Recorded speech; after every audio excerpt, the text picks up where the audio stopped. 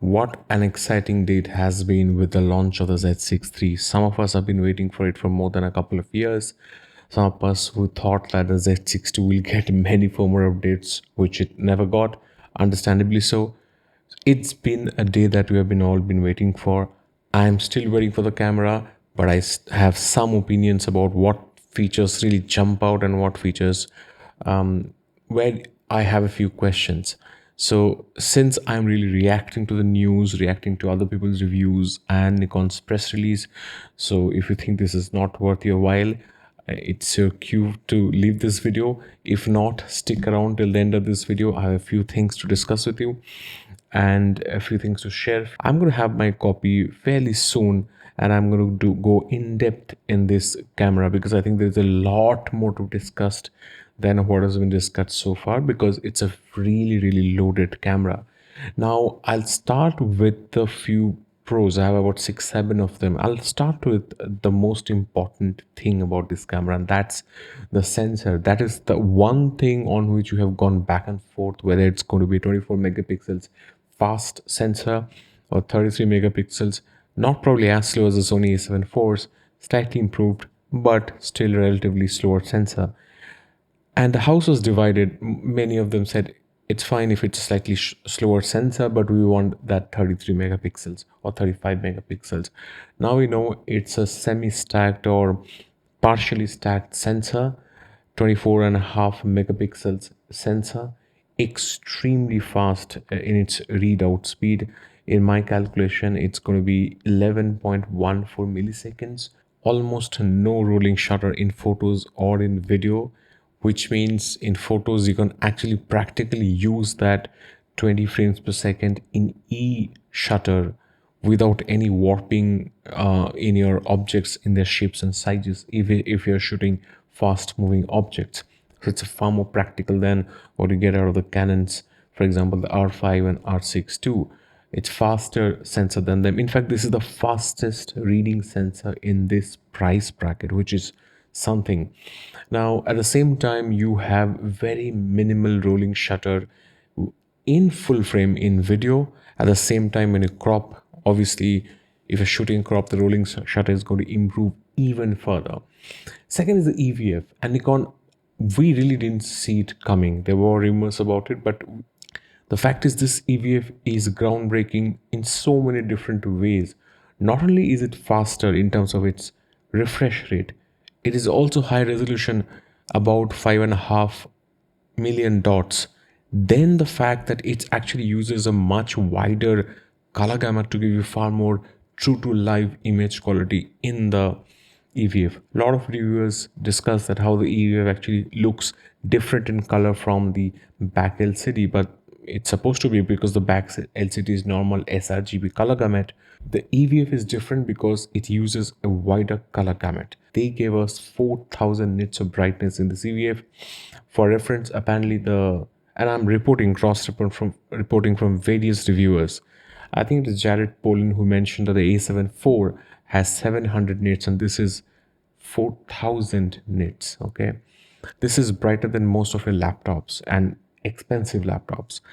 This is brighter than the Z9 EVF because that's at firstly 3.69 million dots and then it's 300 nits. So improvement all around when it came to the EVF. Matt Irwin in his video said that this is the closest he has ever seen a mirrorless camera get to an actual optical viewfinder. That's how true to life this viewfinder can feel.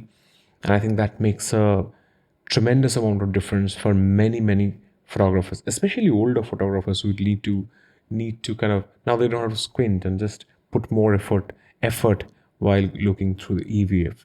The third is the speed of shooting. In this class, this is one of the fastest shooting cameras. This can give you 14 frames per second in full autofocus and 14-bit raw.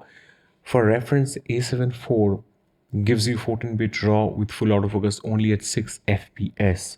The moment you go higher than that, it can do 10 frames per second, but the raw file will be then 12-bit and not 14-bit. That's tremendous.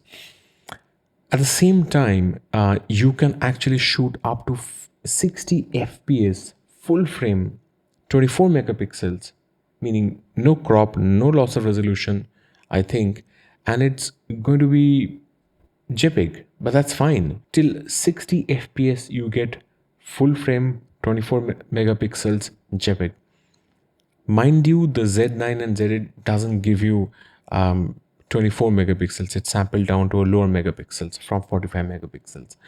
Then at it can go as high as 120, but I think at 120 it has a crop. The fourth point that stood out for me, and it may be a very small matter for many of you, the fact that it has a full-sized HDMI is very meaningful to me because it's a hardware feature. You cannot change it via firmware, and therefore it's something that you're going to have to live with for the duration of the camera's life.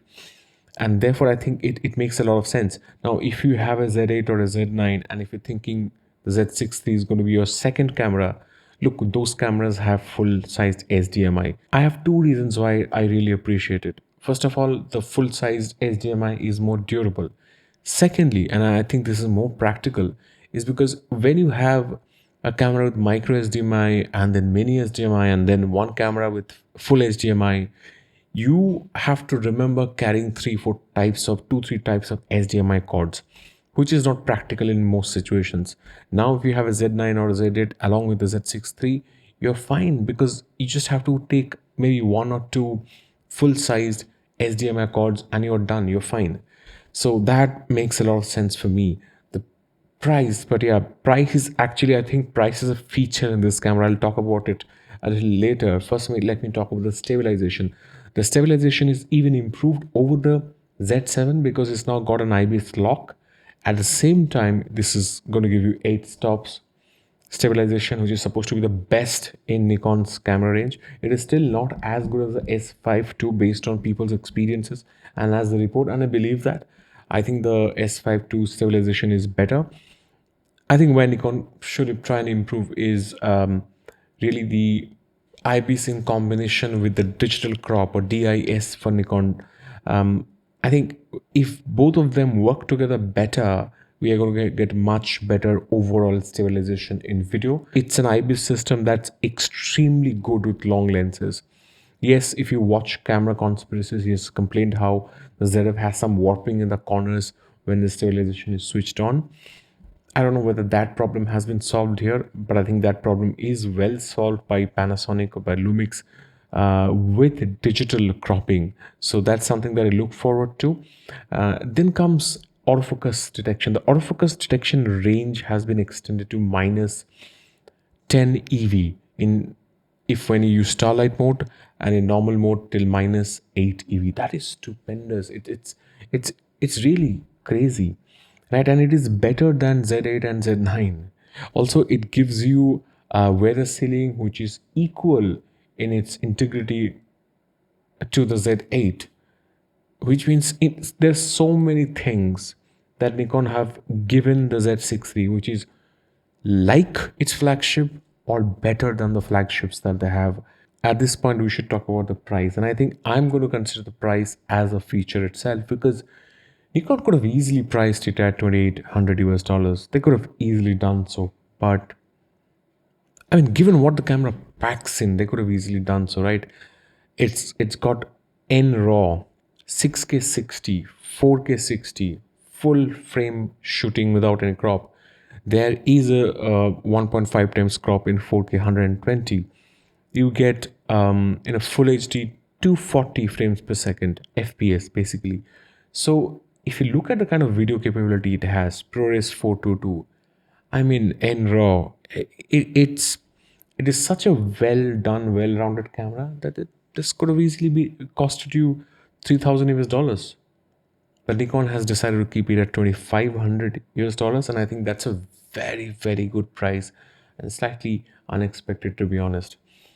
Especially given the current market situation where even a G87 is, I think, what, 2,200 US dollars? Although it's got some really kick-ass features.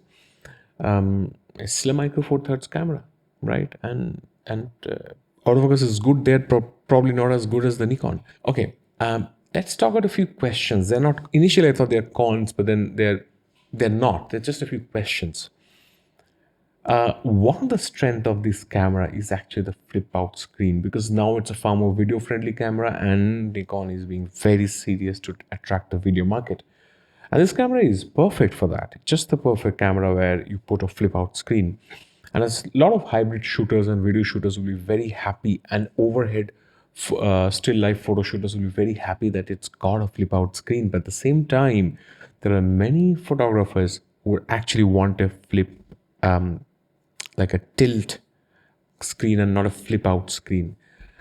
And I think so therefore it's this fight is going to be always there. It's always going to be a split house, and there's someone going to be unhappy always. What I was looking for really is it was like a A7R5 type of implementation, and I know that I'm not alone.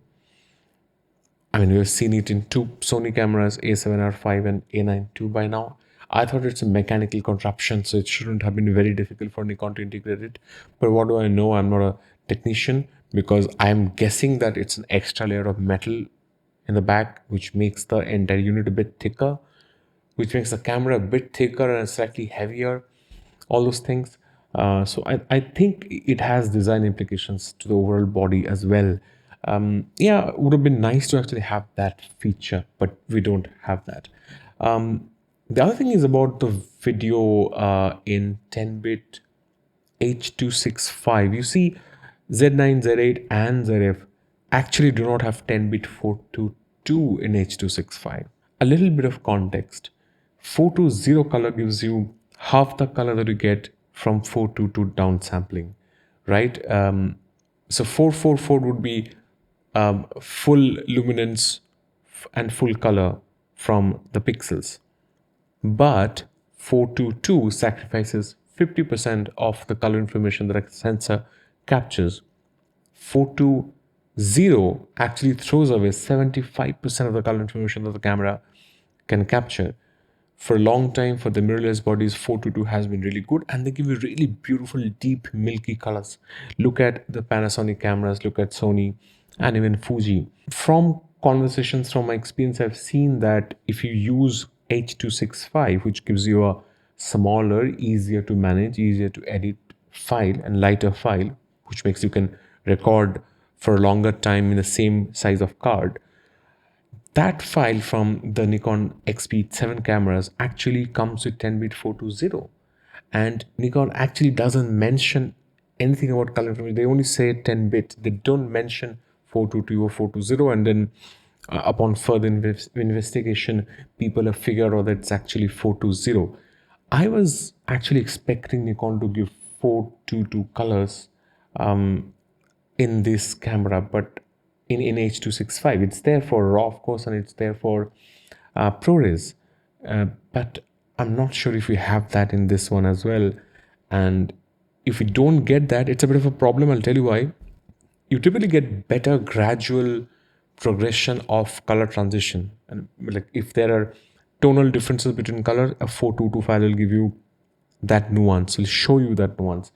In 420 might lose that nuance, and I've seen that happen with the output from my ZF and A7 IV. I've seen that happen, and I wanted the Z6III to not have that. It's not a problem, but it's just that nice to know that it competes so well with the Sony A7 IV. I'm not so sure right now. And the problem is that if you want the full color right now, you will think of shooting in ProRes or in RAW. And those are extremely heavy files, which means you have to buy larger camera cards, larger storage space, more difficult timeline to edit because it's a heavy file. Your overall cost of management of data goes up, which is why log in 422 10-bit is so efficient. And that's why most people prefer shooting in that. So it's something to think about. We'll get to know more about the truth about this matter in the next few weeks and months going forward. We'll have to see how this camera actually compares in H.265 with other cameras. Gerald's latest video on the dynamic range test showed that there is a little bit of compromise. I think 1 to 1.5 stops compromise in the raw files, but we still have to see. Anyway, moving on, I also think that I was also, to be honest, expecting a generation 2 of the Nikon N-Log. I'll tell you what happens with the N-Log. Now, the N-Log is not as flat as Sony's S-Log 3 or Fuji's, where you can really recover a lot of smooth looking color and information from the shadow areas. Maybe the log curve is a bit more aggressive, and therefore I was expecting Nlog 2 by now. Maybe Nikon will push a firmware update, and we're going to get that in future. I'm also expecting a better LUT from Nikon, because right now if you expose the Nlog properly, which is to expose it above 1.5 to 2 stops above normal, if you do that, then the end log, the current LUT, will actually completely overexpose your image. It makes your scene very bright. I think it needs a slightly more of a moderate LUT going forward. So we'll look forward to that as well. I was also, and this is not a complaint at all, I was also expecting 4K 120 in full frame and without a crop, because that's what I heard from some people. So my expectation was set slightly differently.